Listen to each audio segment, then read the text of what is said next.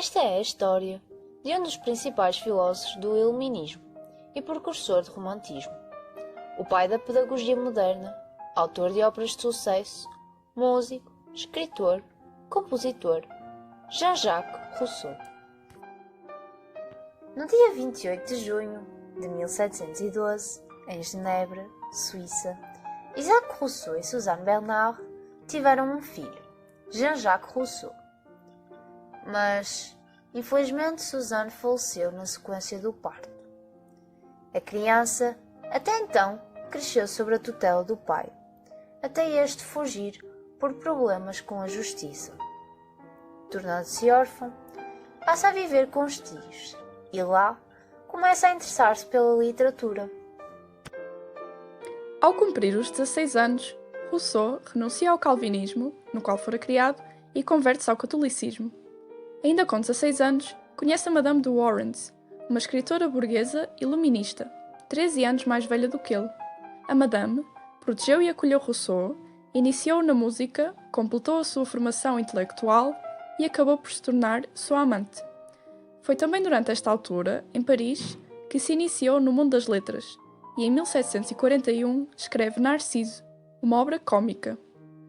Nesta obra, ele critica o facto de o mundo ser incapaz de olhar para si próprio e expressa uma vontade de querer mudar a mentalidade da sociedade, a política e a educação. Em 1744, já afastado da Madame Warrens, instalou-se em Veneza, como secretário do embaixador de França. No mesmo ano, regressa a Paris, onde teve vários casos amorosos. Contudo, casa com Marie-Thérèse Levasseur e tem com a mesma 5 filhos. Rousseau entregou os filhos a um asilo com o propósito de os afastar da influência que poderiam receber da sua família política, como contou na sua obra Confissões. Pensar em entregá-los a uma família sem formação, para que os educasse ainda pior, fazia-me tremer. A educação no asilo não poderia ser pior do que isso. Em 1752, Rousseau decide criticar uma elite com a criação da sua ópera O Adivinha da Aldeia, com as suas ideias iluministas. Discordava com os costumes, os luxos, a cultura e as artes do antigo regime, no tempo de Luís XV. Preferia a simplicidade do campo e a valorização da cultura de seu tempo, o rococó. Apesar da crítica aos nobres, estes apoiaram-no, e mal sabia que, 6 dias após a queda da Bastilha, a peça seria encenada como um dos motivos para o acontecimento da futura Revolução. Criou laço de amizade com alguns intelectuais, e um deles tinha sido Voltaire. Porém, quando publicou Discurso sobre a origem da desigualdade entre os homens, formou-se inimizade entre os dois, pois ia contra as teses de Voltaire. Deste modo, começaram a responder um contra o outro sobre aquilo que defendiam. Aos poucos, não só era com Voltaire, mas com outros filósofos. Assim, partiu para Monte-Louis, nos bosques de Montmorency. Naquele local, conhece a condessa Sophie de Haudetot e Jean-François de Saint-Lambert, um poeta, filósofo e oficial militar. Rousseau acaba por se apaixonar por Sophie e é através desse amor que escreve o romance A Nova Heloísa, que fez um enorme sucesso. Não só envolve uma história de romance, como também utiliza a filosofia para expor e priorizar os valores da ética, da autonomia e da autenticidade para além dos princípios morais racionais. No ano de 1762, Rousseau publica aquele que vai ser considerado uma das obras mais importantes, O Contrato Social. Sente-se insatisfeito com os princípios políticos do antigo regime, escreve que, para estar no poder, os candidatos devem de ganhar por voto e que o eleito deve de governar conforme os interesses da sociedade. Caso contrário, numa próxima eleição, a população tem o direito em votar noutra pessoa. Além disso, fala sobre a teoria do bom selvagem.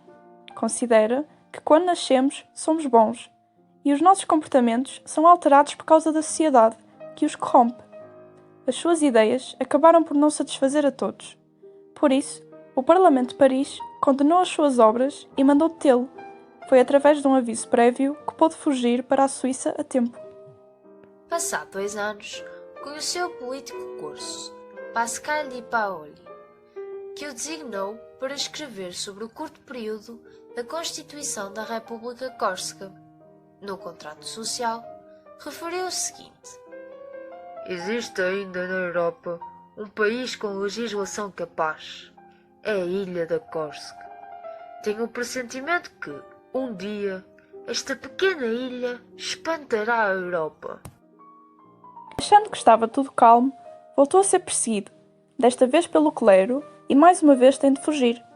Refugia-se para a ilha de Saint-Pierre, no lago Brienne, na Suíça, onde recebeu visitas de intelectuais como David Hume, Daniel Malthus e James Boswell.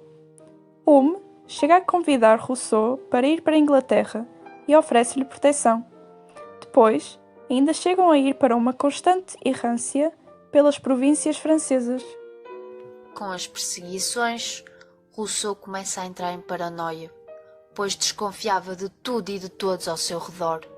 Desconfia de David Hume e, para testar a sua teoria, publicou as suas suspeitas, provocando e intensificando mais inimigos. No ano de 1770, a Justiça de Paris deu autorização para que regressasse. Porém, havia uma condição: de que nunca mais voltasse a publicar obras suas. Concordando com esse facto, vai morar numa casa do Parque Limenonville, dada pelo Marquês de Girardin. Em 1776, escreveu Confissões e De Naveios de um Caminho Solitário, para explicar o motivo dos seus comportamentos estranhos. A partir daí, por causa da condição, todas as suas obras foram publicadas para o exterior.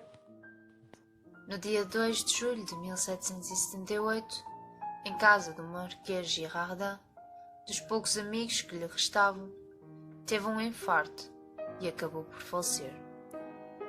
Foi sepultado no Panteão de Paris, perto de Voltaire.